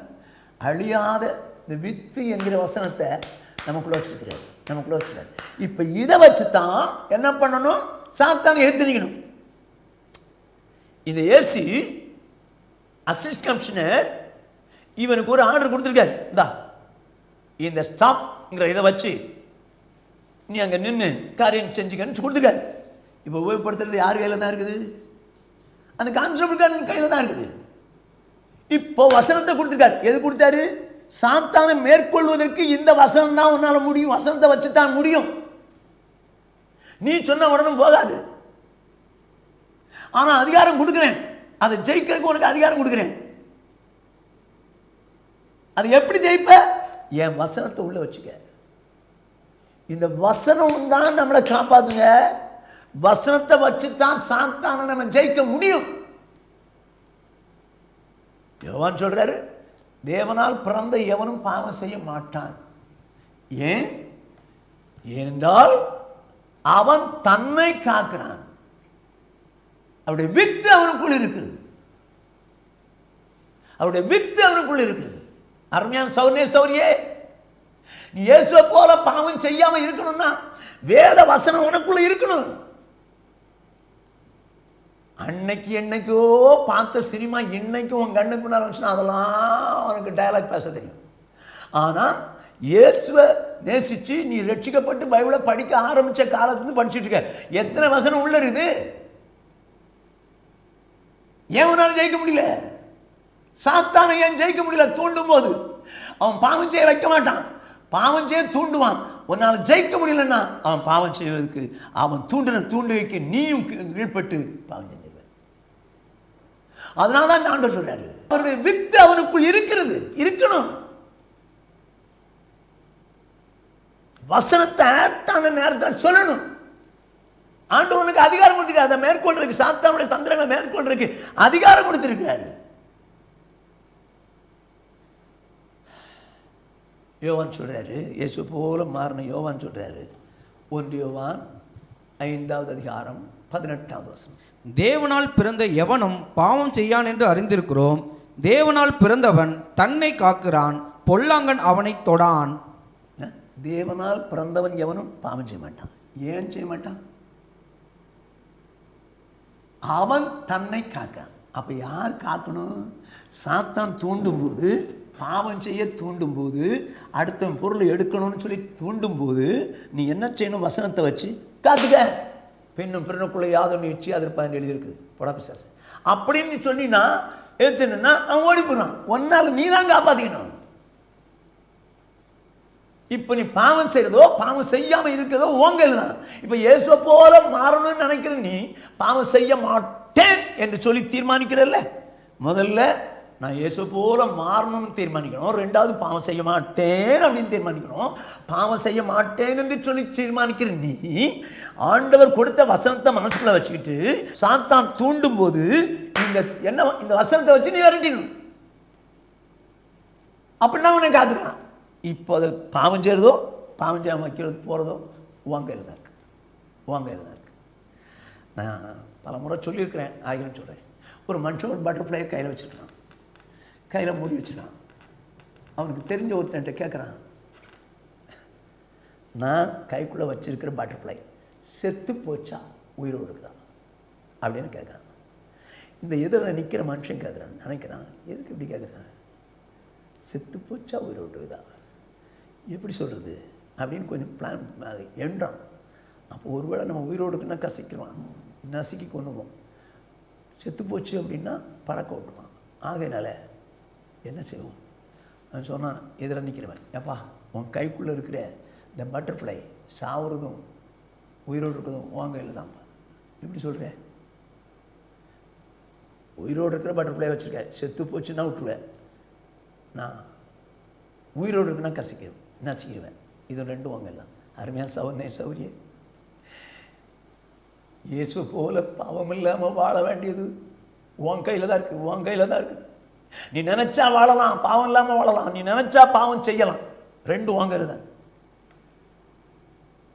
அப்போ இந்த சாத்தானை தூண்டும் போது அவனிடத்திலிருந்து நம்ம எஸ்கேப் ஆகிறது எப்படி? நம்ம அவனை விட்டு விலகிறது எப்படி? பாவம் இல்லாமல் வாழும்படி அவனை விட்டு விலகிறது எப்படி? அவனுடைய தூண்டுகிற காரியத்தை நம்ம விலகிறது எப்படி? பாவம் இல்லாமல் நம்ம காப்பாற்றுகிறது எப்படி? வேதம் சொல்லுகிறது, எபேசியர் 4வது அதிகாரம் 27வது வசனம். பிசாசுக்கு இடம் கொடாமலும் இருங்கள். என்ன சொல்லுது? ஒரே ஒரு வசனம், இவ்வளோதான், 3 வார்த்தை. பிசாசுக்கு இடம் கொடாமலும் இருங்கள். ஏங்க தூண்டுறான் சாத்தான், பாவம் செய்யறதுக்கு தூண்டுறான். ஏய் பாரு, ஏய் எடு, ஏய் அதை பண்ணு, ஏய் இதை பண்ணுன்னு தூண்டுறான். இப்போ நீங்க என்ன செய்யணும்? அது இடம் கொடுத்தீங்க, உள்ள வந்துடுவான். யூதாஸ் காரியத்தை அவன் தூண்டுனா 45 நிமிஷமா அவன் ஏத்திரிக்கல. என்னது நடக்குது? சாத்தான் அவனுக்குள் புகுந்தான் இருக்கு. இடம் கொடுத்தனா தாங்க புகுந்தான். அதனால தான் அதுக்கப்புறம் இயேசுவை காட்டி கொடுத்து போயிட்டான். இடம் கொடுத்தான் சாத்தானுக்கு. அவன் யூதாஸ் காரியத்தை இடம் கொடுத்தான். அருமையான சௌரியே, சாத்தான் உன்னை தூண்டும் போது உன்னை செய்ய வைக்கக்கூடிய சாத்தானுக்கு இடம் கொடுத்துறாத. தூண்டத்தான் செய்யலாம். இப்போ நீ ஜெயிக்கிறது உன் கையில் தான் இருக்கு. நீ அவனுக்கு இடம் கொடுத்துட்டேன்னு வச்சுக்கோ, உள்ள வந்துடுவான். அவன் காரியத்தை செய்ய வச்சுவான் உன்னை. அதனால வேதனை, பிசாசுக்கு இடம் கொடுக்காதீங்க. ஒரு சிச்சுவேஷன் வருது, அந்த நேரத்தில் விலை போற வழியை பாருங்க, இடம் கொடுக்க. அதுக்கு மாறா என்ன செய்யணுமா? பிசாசுக்கு இடம் கொடுக்காம வேதம் சொல்றது, யாக்கோபு நிருபம் 4வது அதிகாரம் 7ஆம் வசனம். ஆகையால் தேவனுக்கு கீழ்ப்பணிந்திருங்கள், பிசாசுக்கு எதிர்த்து நில்லுங்கள், அப்பொழுது அவன் உங்களை விட்டு ஓடி போவான். கர்த்தருக்கு மகிமை உண்டாகட்டும். என்னவா? முதல்ல இடம் கொடுத்துடாதீங்க. இப்போ என்ன சொல்றாரு? பிசாசுக்கு எதிர்த்து நில்லுங்கள், அப்பொழுது அவன் உங்களை விட்டு ஓடி போவான். அப்போ நீ இடம் கொடுத்தீங்க, உள்ள வந்துடுவான். யூதாஸ் காரியத்தை அப்படிதான். இடம் கொடுத்தான், சாத்தான் உள்ள வந்தான், காட்டி கொடுக்குற வெளியே போயிட்டான். சாத்தனுடைய கிரியை செஞ்சுட்டான். ஆனால் அங்கே என்ன எழுதிட்டுது? இடம் கொடுத்துடாதீங்க சொல்லிட்டு, அதுக்கு மாறா பிசாசுக்கு எதிர்த்து நில்லுங்கள், அப்பொழுது உங்களை விட்டு ஓடிப்போம். அப்படின்னு அர்த்தம் எண்ணத்தில் தூண்டுறான். நீங்கள் என்ன செய்யணும்? இடம் கொடுத்துடாதீங்க. உங்களுக்கு தேவன் அதிகாரம் கொடுத்துருக்கிறாரு. இந்த வித்துங்கிற வசனத்தை கொடுத்துருக்காரு. இந்த வசனத்தை வச்சு எழுத்து நில்லுங்க, அவன் ஓடிடுவான். என்னால் முடியாதுன்னு ஓடிடுவான். இன்னைக்கு பரிசுத்தவங்களுக்கு பாவம் செய்யாமல் இருக்கிறது ஈஸிங்கிறது அவங்களுக்கு புரியல. ஒன்று, அவன் வசனம் உள்ள இருக்கணும். 2, அவன் தூண்டும் போது ஏற்று நிற்கணுங்கிற அந்த வசனத்தை வச்சு நிற்கணுங்கிறது கரெக்டாக தெரியணும். எந்த வசனத்தை வச்சு ஏற்று நிற்கணும்னு தெரியணும்ல. எப்படி ஏற்று நிற்கணும்னு சொல்லி வேதம் சொல்லுது. வெளிப்படுத்தின விசேஷம் அவனை ஜெயிக்க முடியும்னு சொல்லி 12வது அதிகாரம் 11ஆம் வசனம். மரணம் நேரிடுகிறதா இருந்தாலும் அதற்கு தப்பும்படி தங்கள் ஜீவனையும் பாராமல் ஆட்டுக்குட்டியின் இரத்தத்தினாலும் தங்கள் சாட்சியின் வசனத்தினாலும் அவனை ஜெயித்தார்கள். கர்த்தருக்கு மகிமை உண்டாகட்டும். மரணமே வர்ற மாதிரி உனக்கு ஒரு சூழ்நிலை அவன் சாத்தான் கொண்டு வரும்போது, மரணம் நேரிடுகிறதா இருந்தாலும் அதற்கு தப்பும்படி ஆட்டுக்குட்டியின் இரத்தத்தினாலும் சாட்சியின் வசனத்தினாலும் அவனை ஜெயிச்சாங்க. அப்படின்னா சாகடிச்சு இப்படி செய்யன்னு சொல்றான். யாரோ தன் மூலம் சாத்தான் தூண்டுறான். செத்தாலும் சாவனை தவிர நான் பாவம் செய்ய மாட்டேன்னு சொல்லி வேத வசனத்தை வச்சு நான் இயேசுவின் ரத்தத்தினால் மீட்கப்பட்டவன் அப்படின்னு சொல்லி அதிகாரமுடையவனா இருந்து நீ வசனத்தை வசனமா சொல்லிப்பார், ஓடிடுவான் சாத்தான். வசனத்தை சொல்லு. அந்த நேரத்தில் இயேசுவின் ரத்தத்தினால் மீட்கப்பட்டவன் நான். சாத்தானே என்ன தூண்டுற?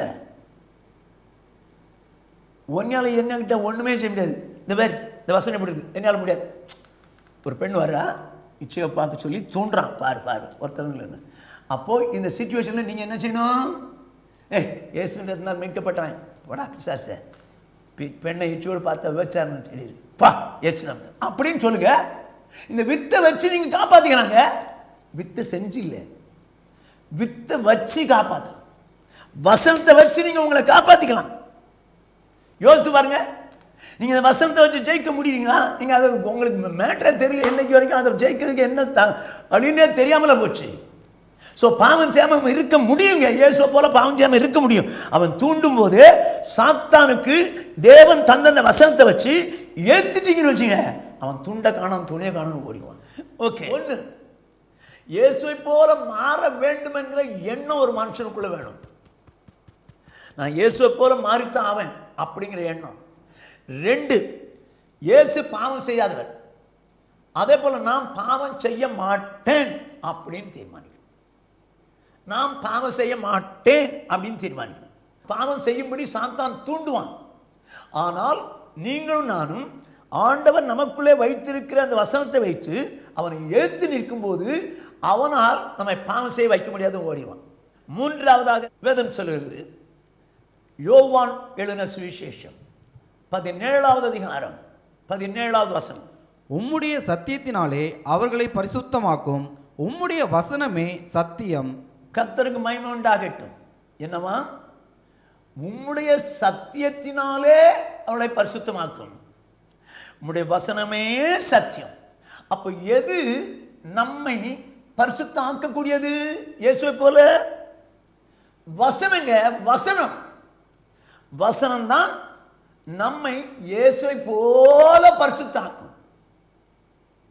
இன்றைக்கு வசனம் படிக்கிறோம், ஆனால் வசனத்துக்கு நம்ம வாழ ஒப்பு கொடுக்கறது இல்லை. தெரியும், நமக்கு நிறைய வசனங்கள் தெரியும், தெரிஞ்ச பிறகு இல்லை. சாத்தானுக்கு ஆதி ஆமத்திலிருந்து வெளிப்படுத்தின விசேஷம் வரைக்கும் எல்லா வசனமும் தெரியும். ஆகையினால அது படிச்சு கீழ்பட்டதுன்னு அர்த்தம் இல்லையே. அப்படியானால் அருமையான சௌர்ணே சௌரியே, நல்லா கவனமாக கேளு. நீயோ நானோ பரிசுத்தம் அடையணும்னா, அது எப்படிப்பட்ட பரிசுத்தம்? அவருக்கு ஏற்ற பரிசுத்தம். இயேசு போல பரிசுத்தம் அடையணும்னா வேதம் தான் நம்மளை பரிசுத்தம் ஆக்கும், வசனம் தான் நம்மளை பரிசுத்தம் ஆக்கும். இந்த குடிகாரன் குடிக்காம இருக்கணும்னா டாக்டர் மருந்து மாத்திரை கொடுத்துருக்காரு, அதை குடிச்சா தான் அவனால் முடியும், குடிக்காம இருக்க முடியும். அப்போ அவன் என்ன செய்யறான்? அந்த மாதிரி நான் குடிக்காம இருக்கணுங்கிற எண்ணம் உடையவனா மாறுறான். குடிகாரங்க வந்து தூண்டும் போது மாட்டேன்றான். 3வது, டாக்டர் சொன்ன மருந்தை மாத்திரம் குடிப்பேன் சாப்பிடுவேன் நிற்கிறான். ஏன்னா எனக்கு எப்படியா குடியில்லாதபடிக்கு ஒரு வாழ்க்கை வாழும். நான் குடிச்சவன் தான், தண்ணிக்குள்ளே கிடந்தவன் தான், தண்ணியிலே மிதந்தவன் தான். ஆனால் என்னுடைய வாழ்க்கையில் நான் இப்படிப்பட்ட ஒரு தீர்மானத்தோடு வாழ்றேன், குடிக்க மாட்டேன் என்ற தீர்மானம் எடுத்துருக்கேன். 2வது, யார் குடிக்க கொடுத்தாலும் நான் ஏற்றுக்க மாட்டேன். 3வது, நான் டாக்டர் சொன்ன பிரிஸ்கிரிப்ஷன் படி அவர் சொல்கிறத நான் அப்படியே செஞ்சிட்ருப்பேன். இவன் உண்மையாகவே குடிக்க மாட்டாங்க, இவன் இப்படியே உண்மையாக குடிக்க மாட்டான். அப்படியே நீங்களும் நானும் இயேசுவை போல பரிசுத்தம் என்ன? சத்தியம்தான் நம்மளை பரிசுத்தாக்கும். கவனமாக கேளுங்க. இயேசு பரிசுத்தம் உள்ளவர். எப்படி பரிசுத்தம் அடைஞ்சிருப்பார் அப்படிங்கிறத நான் உங்களுக்கு சொல்கிறேன். அப்போஸ்தலர் நடபடிகளின் புஸ்தகம் 1வது அதிகாரம் 2வது வசனம். அவர் எடுத்துக்கொள்ளப்பட்ட நாள் வரைக்கும் செய்யவும் உபதேசிக்கவும் தொடங்கின எல்லாவற்றையும் குறித்து 1ஆம் பிரபந்தத்தை உண்டு பண்ணினேன். வேதம் சொல்லுது பாருங்க, இயேசு கிறிஸ்து செய்யவும் உபதேசிக்கவும் தொடங்கினார். செய்தார், உபதேசித்தார். உபதேசித்தது என்ன? அவர் செய்தது. செய்தது என்ன? உபதேசிக்கிறது. அப்படியானால் இயேசு இந்த உலகத்தில் இருந்தபோது பிதா சொன்னதை அப்படியே செய்தார், அப்படியே உபதேசித்தார், அப்படியே செஞ்சார், அதை உபதேசமாக மாற்றினார். அப்போ அவர் உபதேசித்ததெல்லாம் என்ன? அவர் செஞ்சது. அவருடைய குவாலிட்டி, அவருடைய குணம். நம்ம வேதத்தை பார்க்கறதெல்லாம் அவருடைய குணம். உள்ளதே உள்ளதென்று இல்லதை இல்லதென்று சொல்லுங்கள்னு அவர் தான் சொன்னார். சரியா? இப்போ ஏன் சொன்னார்? அவருடைய குணம் அதான். அது உள்ளதை உள்ளதுன்னு சொல்வார், இல்லதை இல்லைன்னு சொல்வார். போய் ஏன் சொல்ல மாட்டார். அப்போ நீங்களும் நானும் உள்ளதை உள்ளதுன்னு சொல்லி இல்லதை இல்லைன்னு சொன்னால் அவருடைய குணம் நமக்கு வருதுன்னு அர்த்தம். அவர் ஆனால் நினைச்சா சொல்லலாமா? அவர் சொல்ல மாட்டார். ஏன் அப்படின்னா அவர் என்ன செஞ்சாரோ அதுதான் சொல்றாரு. இயேசு சொல்றாரு, யோவான் எழுதின சுவிசேஷம் 5வது அதிகாரம் 19வது வசனம்.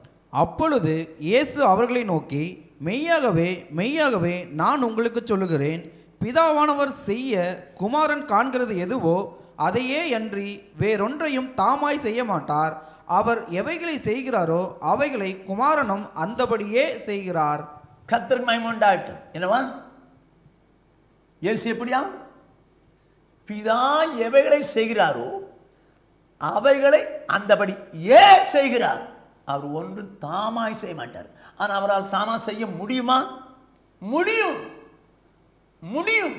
ஆனால் பிதாவு சொன்னதுதான் செய்வார், செய்ததை தான் செய்வார். ஏன்னா அவரோடு கூட அவர் செஞ்சு நிற்கிறார். அருமையான சௌர்ண சௌரியா கேள், உன்னால எல்லாம் செய்ய முடியும், தப்பு பண்ண முடியும், வசனத்துக்கு மாறா நடக்க முடியும். ஆனால் நான் வசனப்படியே, மூணாவதாக வசனப்படியே வாழ்ந்து பரிசுத்தமாய் வாழ்ந்தே ஆவேன்னு சொல்லி நீ தீர்மானிச்சன்னா நீ வசனப்படியே வாழ்ந்து.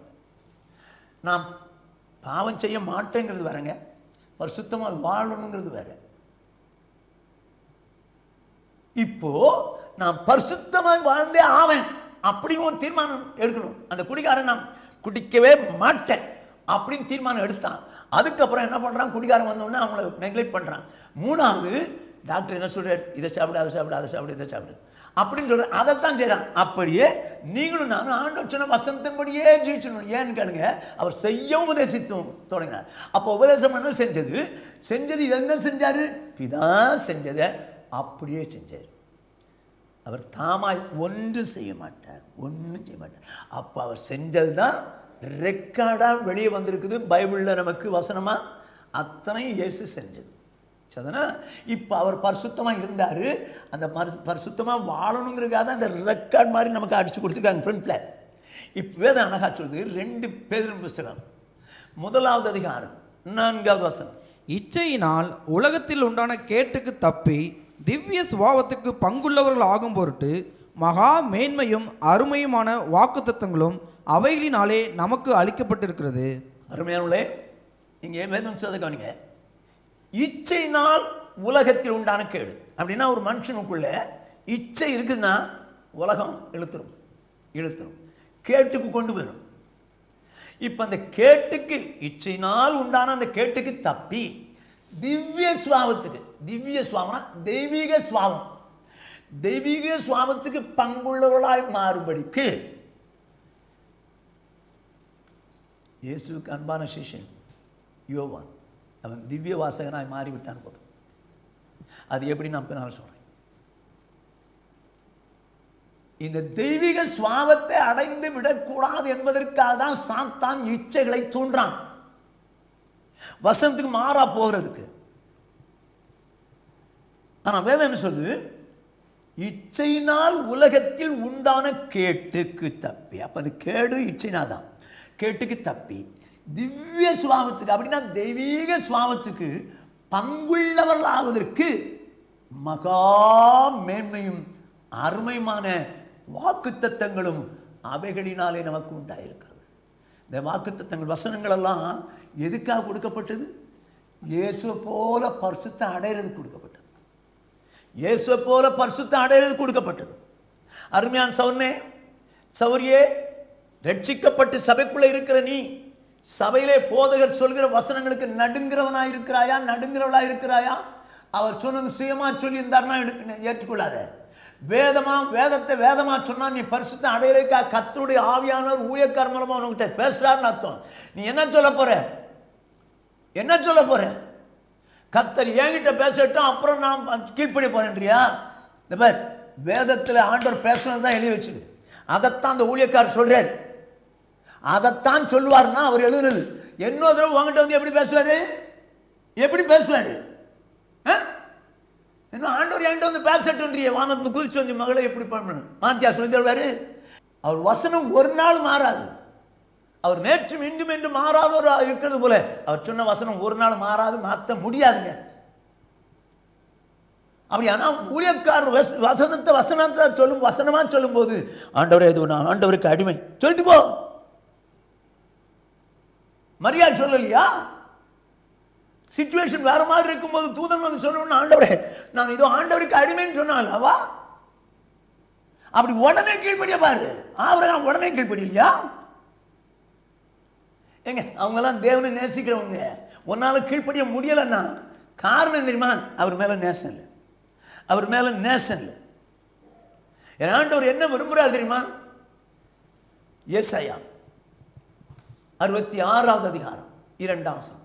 என்னுடைய கரம் இவைகளெல்லாம் சிருஷ்டித்ததினால் இவைகளெல்லாம் உண்டாயின என்று கர்த்தர் சொல்லுகிறார். ஆனாலும் சிறுமைப்பட்டு ஆவியில் நொறுங்குண்டு என் வசனத்துக்கு நடுங்குகிறவனையே நோக்கி பார்ப்பேன். என்ன சொல்றார்? என் வசனத்துக்கு நடுங்கிறவனையே நோக்கி பார்ப்பேன். நடுங்கிறது என்ன? இம்மிடியேட்டா செயல்படுறது. இம்மிடியேட்டா செயல்படுறது. அதுதான் நடுக்கம். நீ ஆண்டோர் நீ பைபிள் படிக்கிறல்ல, எதுக்கு படிக்கிற? நிறைய கிறிஸ்தவங்க குழந்தைகள் கிறிஸ்தவங்களா மாறி போயிட்டாங்க. கேரக்டர் வைஸ் கிறிஸ்தவங்க தான், ரட்சிக்கப்பட்டவங்க தான், ஆனால் குழந்தை சுவாபம் தான் இருக்குது. ஆவிக்குரிய வாழ்க்கையில் 3 சுவாபங்கள் இருக்குது. ஒன்று குழந்தை சுவாபம், ஒன்று சிறுபிள்ளை சுவாபம், ஒன்று புத்திரன் சுவாபம், வளர்ந்த சுவாபம். ஆனால் எனக்கு நிறைய ஆவிக்குரிய வாழ்க்கையில் குழந்தைகள் சுவாபம் தான் ஜாஸ்தி. ஏன்னா அவங்களுக்கு பாலை குடித்தா பாஸ்டர் எனக்கு ஆசீர்வாதத்தை சொன்னார்னா பாஸ்டர் சூப்பர் பாஸ்டர் இன்னைக்கு நல்ல மெசேஜ் பாஸ்டர், ஐயோ நல்லா இருந்துச்சு பாஸ்டர். ஐயா குழந்தை நீ ஆசீர்வாதம். நிறைய பேர் பார்த்தீங்கன்னா கோடு போட்டிருப்பாங்க பாருங்க. இயேசு உன் கண்ணீரை கண்டார், போடுறா கோடு. உன் துக்கம் சந்தோஷமாக மாறு, இழு கோடு. இப்படி தான் கோடு கோடு கோடாக போட்டு வச்சுருப்பாங்க. ஆனால் பரிசுத்தத்துக்கு ஏற்ற வார்த்தை இருக்காது. அதில் பைபிளில் இருக்குது, இவங்களுக்கு அது ஒத்து வராது. இந்த சின்ன பிள்ளைகிட்ட க்ரீம் பிஸ்கட் கொடுப்பாங்க. க்ரீம் பிஸ்கட் 2 பிஸ்கட் ஒட்டிருக்கும், நடுவில் க்ரீம் இருக்கும். ரெண்டையும் தனியாக பிரிக்கும்.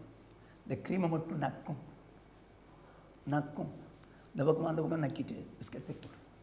அதே போல் குழந்தை சுவாவமுடைய பரிசுத்தவான்கள் பரிசுத்தவாட்டிகள் ஆசீர்வாதத்தெல்லாம் எடுத்துக்கிறாங்க. வசனம் இப்படி தான் வாழணும்னா அது வேணாம், அதை விட்டுரு அதை விட்டுரு அதை விட்டுரு. ஐயோ ஐயோ, நீ எப்படிம்மா இயேசுவை போல மாறுவேன்? ஐயா எப்படி இயேசுவை போல மாறுவேன்?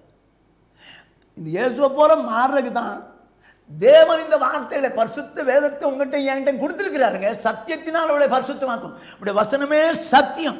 திவ்ய சுவாபத்துக்கு பங்குள்ளவளை ஆவதற்காக தான் இந்த வசனங்களெல்லாம் நம்மகிட்ட கொடுத்துருக்காரு. அப்போ வசனத்தை கொடுத்த எதற்கு?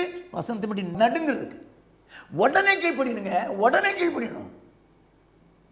நான் ஜெபம் பண்ணி செய்கிறேன், அது எப்படி ஜெபம் பண்ணி செய்வேன்? என்ன ஆண்டவர் மாற்றி தருவாரா?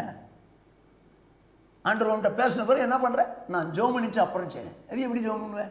சொன்னவர் ஆண்டவர் இல்லவா? ஆண்டவர் என் வசனத்துக்கு நடுங்கிறவனே நோக்கி பார்ப்பேன்றாரு. நீ ஜெபம் பண்ணி செய்கிறேன்ற எப்படி? இந்த எனக்கு தெரிஞ்சு இந்த இயேசு கிறிஸ்து 11 அப்போஸ்தலரையும் கூப்பிட்டு வச்சு, நீங்கள் உலகமெல்லாம் புறப்பட்டு போங்க, சகல ஜாதிகளையும் சீஷராக்கி பிதா குமாரன் பரிசுத்தாவின் நாமத்திலே அவர்களுக்கு ஞானஸ்நானம் கொடுத்து நான் கட்டளையிட்ட எல்லாவற்றையும் கைக்கொள்ளும்படி அவர்களுக்கு உபதேசம் பண்ணுங்கன்னு சொல்லி அனுப்பிச்சிட்டார். இப்போ கொர்நேலியு வீட்டில் ஒரு தூதன் மேலேருந்து வர்றான். உன்னுடைய தான தர்மமும் உன் ஜெபமும் கேட்கப்பட்டது. ஆகினால இந்த ஊரில் இந்த இடத்துல சீமோன் பேதுரு இன்னொருத்தன் இருக்கிறான், அவனை கூப்பிட்டு அனுப்பு, அவன் உனக்கு நீ செய்ய வேண்டிய சொல்லுவான்னு சொல்லி தூதனை அனுப்பிச்சி விட்டார் ஆண்டவர். ஏங்க தூதனையே அனுப்பிச்சவர் தூதன் மூலம் சொல்லிட்டு போயிட வேண்டியதானங்க. அவனுக்கு என்ன செய்யணும்னு இல்லை, என் ஊழியக்காரர்களுக்கு நான் சொல்லியிருக்கிறேன், அவங்க என்ன சொல்கிறாங்களோ அதை கேட்டால் தான் சரியாக இருக்கும் அப்படின்னு தான் அவன் சொல்கிறார். அருமையான சௌர்ணே சௌரியே, ஊழியக்காரன் வேதத்தை வேதமாக உங்ககிட்ட சொல்லும்போது, ஆண்டவரே நான் உடனே கீழ்ப்படிப்பா அப்படின்னு ஒப்புக்கொடு. என் வசனத்துக்கு நடுங்கிறவனை நோக்கி பார்ப்பேன். சாக்கு போக்கு சொல்லாத. கர்த்தர் என்கிட்ட பேசணும்னு ஒரு சாக்கு, இல்லைன்னா நான் ஜெபம் பண்ணி செய்கிறேன்னு ஒரு சாக்கு. காரணம் தெரியுமா? உனக்கு செய்ய மனசு இல்லை. ஆனால் ஆண்டவர் என்ன விரும்புகிறார் தெரியுமா? என் வசனத்துக்கு நடுங்கிறவனை நோக்கி பார்ப்பேன். இம்மிடியட்டா கீழ்ப்படிய வழியை பார், இம்மிடியட்டா கீழ்ப்படிய வழியை பார். அப்படின்னா நீ பாவம் செய்ய மாட்ட. எந்த மனுஷனால வசனத்தை உடனே கீழ்ப்படி தெரியுமா? வாசிங்க, யோவான் எழுதின சுவிசேஷம் 14வது அதிகாரம் 23வது வசனம். இயேசு அவனுக்கு பிரதியுத்தரமாக, ஒருவன் என்னில் அன்பாயிருந்தால் அவன் என் வசனத்தை கைக்கொள்ளுவான், அவனில் என் பிதா அன்பாயிருப்பார், நாங்கள் அவனிடத்தில் வந்து அவனோடே வாசம் பண்ணுவோம். கர்த்தருக்கு மகிமை உண்டாகட்டும். இயேசு என்ன சொல்றாரு? ஒருவன் என்னில் அன்பாயிருந்தால் என் வசனங்களை கைக்கொள்வான். எந்த மனுஷனுக்கு ஆண்டவர் மேல 100க்கு 100 அன்பு இருக்கிறதோ ஆண்டவர் சொன்ன வசனத்தை இம்மிடியேட்டா கைக்கொள்வான். நடுங்குவான். அதுதான் அவனை பரிசுத்த ஆக்கும். யோசித்துப்பார் சௌரியா, யோசித்துப்பா. ஆண்டவர் சொன்ன உடனே கீழ்ப்படின்னு என்ன வருதா? ஆண்டவரை போல பரிசுத்த அடையணும்னா அவர் சொன்ன வசனத்தின்படியே நீ வாழணும். என்னை பரிசுத்த ஆக்க ஆண்டவரே, என்னை பரிசுத்த ஆக்க ஆண்டவரே, என்னை பரிசுத்த ஆக்க ஆண்டவரே. ரைட்டு, நல்லது. ஆண்டவர் சொல்றாரு, உள்ளதுன்னு இல்லதுன்னு சொல்லுங்க. உள்ளதை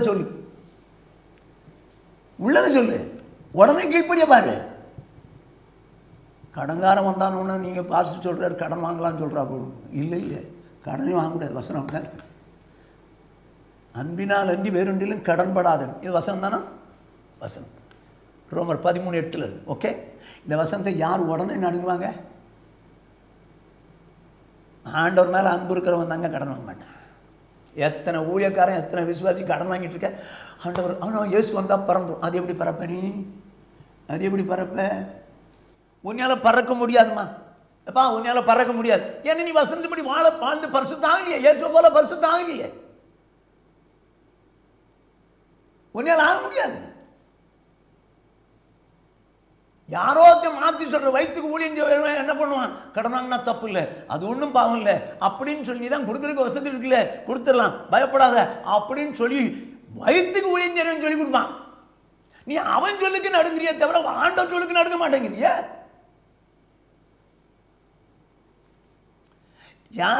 யார் நடுங்குவாங்கன்னு சொல்லி ஆண்டவர் சொல்றார். ஒருவன் என்னில் அன்பாயிருந்தால் என் வசனங்களை கைக்கொள்வான்,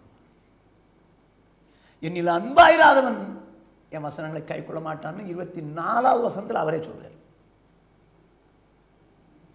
1 யோவான் 5வது அதிகாரம் 3வது வசனம். நாம் தேவனுடைய கற்பனைகளை கைக்கொள்வதே அவரிடத்தில் அன்பு கூறுவதாம், அவருடைய கற்பனைகள் பாரமானவைகளும் அல்ல. சரி, இப்போ நான் உங்களுக்கு சொல்றேன், வேதம் சொல்றேன். நாம் தேவனுடைய கற்பனைகளை கைக்கொள்வதே அவரிடத்தில் அன்பு கூறுவதாம், அவருடைய கற்பனைகள் பாரமானவைகள் அல்ல. அப்படியான வசனங்களை ஒன்றும் நமக்கு இது என்னால் முடியாத, செய்யக்கூடாத பெரிய காரியம் அப்படிலாம் இல்லவே இல்லை. அது பாரமானதில்லை. யாருக்கு பாரமானதல்ல? இயேசு கிறிஸ்து மேலே யாருக்கு அன்பு இருக்குதோ அவங்களுக்கு எந்த வசனமும் பாரமாக இருக்காது. அவன் உடனே கீழ்ப்படிய பார்ப்பான். ஆண்டவரே, நான் உங்களை நேசிக்கிறேன். ஆண்டவரே, எனக்காக உயிரே கொடுத்தீங்க, இத்தனை பாடுபட்டு என்ன மீட்டீங்க, இந்த அன்புக்கு நான் என்ன மாதிரி வாழ்நாள் இப்படி சொல்றீங்களா? நான் செய்றேன் ஆண்டவரே. இவன் தாங்க உண்மையுள்ளவன், இவன் தான் இயேசு போல பரிசுத்த அடைய முடியும்.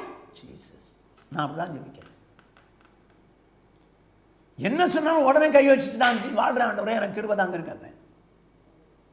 உடனே செய்கிறேன் ஆண்டவரே, எனக்கு அவசியம் இல்லை, நீங்க என்ன சொன்னாலும் நான் கேட்பேன் அப்படின்னு சொல்லி வாழ்றதுக்கு என்ன ஒப்பு கொடுங்க. எனக்கு இயேசுவை போல மாறணுங்க. நான் மாறினாதான் இயேசுவை தரிசிக்க முடியும். அப்போ சத்தியம்தான் பரிசுத்தாக்கும். சத்தியத்தின்படி வாழும்போது தான் அவன் பரிசுத்தம் அடைய முடியும். யார் பரிசுத்தமாவாங்க? அவரிடத்தில் வசனத்தின்படி வாழ்றவன். யாருக்கு அது கடினமாக இருக்காது? அவரிடத்தில் அன்பு கூறுறவங்களுக்கு. ஏற்கனவே சொல்லியிருக்கிறேன் பல முறை, ஆனால் சொல்கிறேன், எனக்கு ஞாபகம் வருது. வெள்ளூர் சிஎம்சி வெள்ளூரில் 1977, நான் 76ஆம் வருஷத்துலேருந்து 78 வரைக்கும் நான் அங்கே ஊழியம் செஞ்சுட்டு இருந்தேன் ஒரு ஆர்கனைசேஷனில். அந்த நேரத்தில் ஒரு சபைக்கு போவேன். அவங்க 77 ஒரு கன்வென்ஷன் வச்சாங்க. அந்த கோட்டை மைதானம்வாங்க, அதில் 4 நாள் கன்வென்ஷன். அதில் ரட்சிக்கப்பட்டு ஞானஸ்தானம் எடுத்தவங்களும் உண்டு. சபையில் ஏற்கனவே ஞானஸ்தானத்துக்கு ஆயத்தமாக இருந்தவங்களும் அந்த ஞாயிற்றுக்கிழமை, அந்த கன்வென்ஷன் 4வது நாளில் ஞாயிற்றுக்கிழமையில் ஞானஸ்நானம் கொடுத்தாங்க. அப்படி கொடுத்தபோது அடுத்த கம்யூனியன் சர்வீஸில் அந்த பாஸ்டர் எல்லோரும் கம்யூனியன் கொடுக்கும்போது ஒரு புது லேடி ஒன்று கையை நிட்டுது. ஏம்மா நீ மனம் திரும்பி ஞானஸ்நானம் எடுத்துருக்கியா அப்படின்னு கேட்டது. ஆமாம் ஐயா, இந்த கன்வென்ஷனில் எடுத்தேன். அப்படியா, நீ முடிஞ்ச உடனே நீ பார்த்துட்டு போ அப்படின்னா. சரி, முடிஞ்ச உடனே பார்த்துட்டு போகிறதுக்கு நினச்சிது. உடனே எங்கேம்மா இருக்கிற, எங்கே இருக்கிற, எங்கேருந்து வர்ற, ஏது இருக்கிற அப்படின்னு சொன்னோன்னே, இது மாதிரி சத்துவாச்சாரியில் இருக்கிறேன். அங்கேருந்து நான் வந்தேன், இந்த கன்வென்ஷனுக்கு வந்தேன். அங்கே நான் ஆண்டவர் என் கூட பேசினார். நான் மனம் திரும்பினேன், அந்த கன்வென்ஷனில் தான் ஞானஸ்நானம் எடுத்தேன் அப்படின்னு சொன்னேன். சரி, உங்கள் வீட்டுக்கு வந்து நாங்கள் ஜெபம் பண்ணலாமா அப்படின்னு கேட்டபோது, சரி வரலாம் ஐயா, காட்டாங்க வரலான்ட்டு அந்த அம்மா சொல்லிச்சு. இவர் குறிப்பிட்ட நாளில் அன்றைக்கி போகிறாரு. அந்த அம்மா ரெடியாக இருக்குது. அவங்க ஈட்டபிள்ஸ்லாம் வாங்கி வச்சு உட்காந்துருக்குது. அவர் சந்தோஷமாக வரவேற்குது. போனோடனே உட்கார வச்சுது. அவர் கேட்குறாரு, ஏம்மா அவன் புருஷன் இல்லையா? இல்லையா, வேலைக்கு போயிருக்கிறாரு. இந்த 2 குழந்தைகள் யாருடைய குழந்தைகள்? என் குழந்தைகள் தான் ஐயா. அப்படியா, ரொம்ப சந்தோஷம் அப்படின்னு பேசிக்கும் போது பக்கத்து ரூம்லேருந்து ஒரு பெண்ணும் 2 குழந்தைகளும் வர்றாங்க. இது யாருமா? இது எங்கள் அக்கா. அந்த பிள்ளைகள் அவங்க பிள்ளைகள். அப்படியா, அப்போ அவங்க வீட்டுக்காரர் என்ன செய்கிறாரு? இல்லை, எங்கள் அக்கா வீட்டுக்காரரும் என் வீட்டுக்காரரும் ஒரே வீட்டுக்காரர். எங்கள் அக்கா வீட்டுக்காரரும் உன் வீட்டுக்காரரும் ஒரே வீட்டுக்காரர். உங்கள் அக்கா வீட்டுக்காரரை நீ எடுத்து வச்சுக்கலாமா? உங்கள் அக்கா வீட்டுக்காரன் கூட ஒரே ஒரு நாள் தப்பு பண்ணாலும் தப்பு தான், விபச்சாரம் தான். உங்கள் அக்கா வீட்டுக்காரரோட சேர்ந்து 2 பிள்ளைகளை பெற்றாச்சு, இத்தனை வருஷமாக வாழ்கிறதும் விபச்சாரம் தான். நீ விபச்சாரத்தில் இருக்க. இனிமேல் கம்மின்னு எடுக்காது. சாரி, நீ கம்மின்னு எடுக்காது.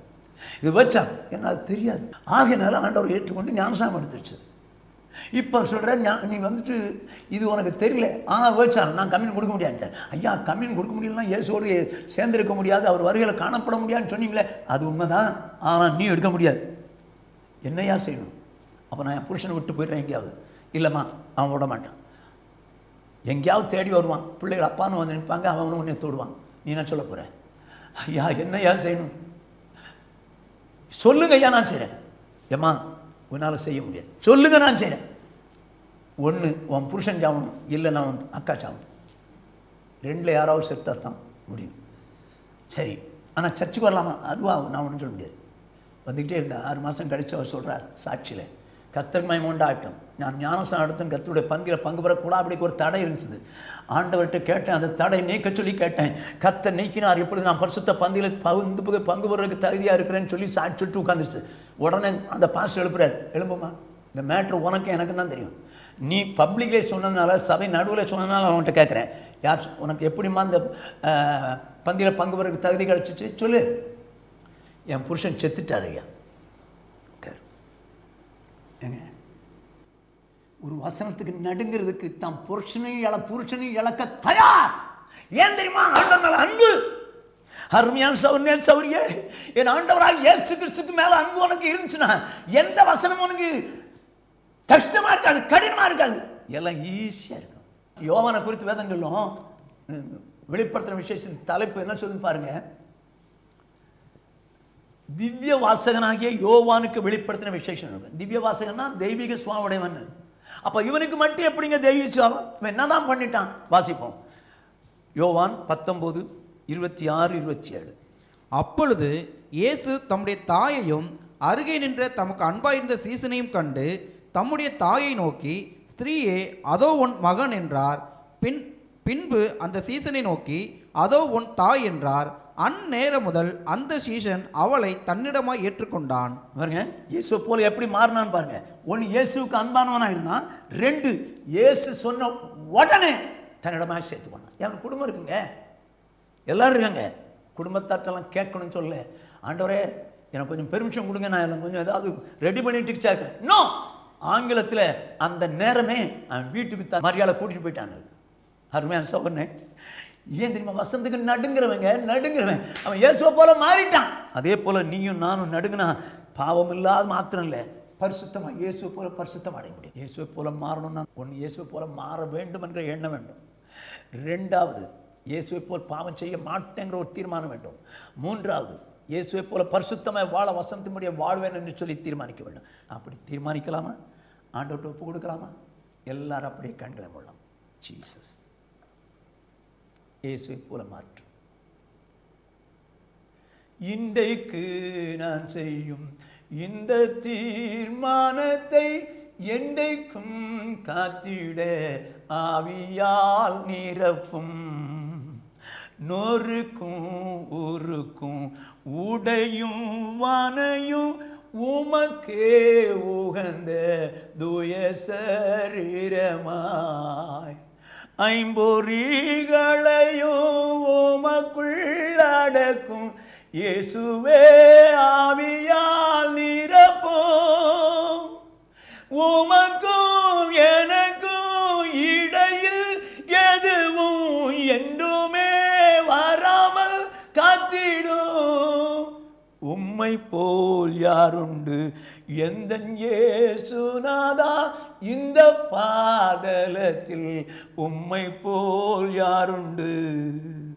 எங்களை நேசிக்கிறேன் எங்கள் மகா பரிசுத்தமுள்ள எங்கள் பரலோக பிதாவே, உம்முடைய பரிசுத்தமுள்ள நாமத்தை வாழ்த்தி ஸ்தோத்திரிக்கிறோம். ஆண்டவரே, இப்பொழுது நாங்கள் உங்கள் பிள்ளைகளாக இருக்கிறோம். இனி இயேசு வரும்போது அவர் இருக்கிற வண்ணமாகவே நாங்கள் தெரிஞ்சுக்கணும்பா. ஆகையினால அப்படிப்பட்ட நம்பிக்கை உள்ள நாங்கள் இயேசுவை போல நாங்கள் பரிசுத்தமுடைய கர்த்தர் எனக்கு எங்களுக்கு கிருபை செய்யுங்க. அப்படி வாஞ்சிக்கிற நாங்கள் ஆண்டவரே, இப்படி இதை கேட்டுக்கொண்டிருக்கிற இந்த மக்களை என்னை ஒப்புக் கொடுக்கிறோம். இயேசுவை போல மாற வேண்டும் என்ற எண்ணத்தை 100க்கு 100 எங்களுக்குள்ள எப்பொழுதும் வைத்திருப்பீராக. பாவம் செய்ய மாட்டோம், பாவம் செய்ய மாட்டேன் என்று சொல்லி தீர்மானித்து செயல்படுகிற ஒரு கூட்டமாய் நாங்கள் இருக்க உதவிச்சிங்க. ஆண்டவரே, இயேசுவை போல பரிசுத்தமாய் வசனத்தின்படியே வாழ்வேன் என்கிற ஒரு வைராக்கியம் உள்ளவர்களாய் நாங்கள் மாறட்டும். இயேசுவோடும் பிதாவோடும் கூட ஐக்கியப்பட்டிருக்கிற அப்படிப்பட்ட ஜனத்தோடு கூட நாங்கள் ஐக்கியப்பட்டிருக்கட்டும். எப்படி ஆயிரம் நாங்கள் இயேசுவை போல மாறட்டும். இயேசு வரும்போது அவரை சந்திக்க என்னையும் இதை கேட்டுக்கொண்டிருக்கிறவளையும் தகுதிப்படுத்துங்க. இயேசு கிறிஸ்துவின் இன்ப நாமத்தில் பிதாவே, ஆமென்.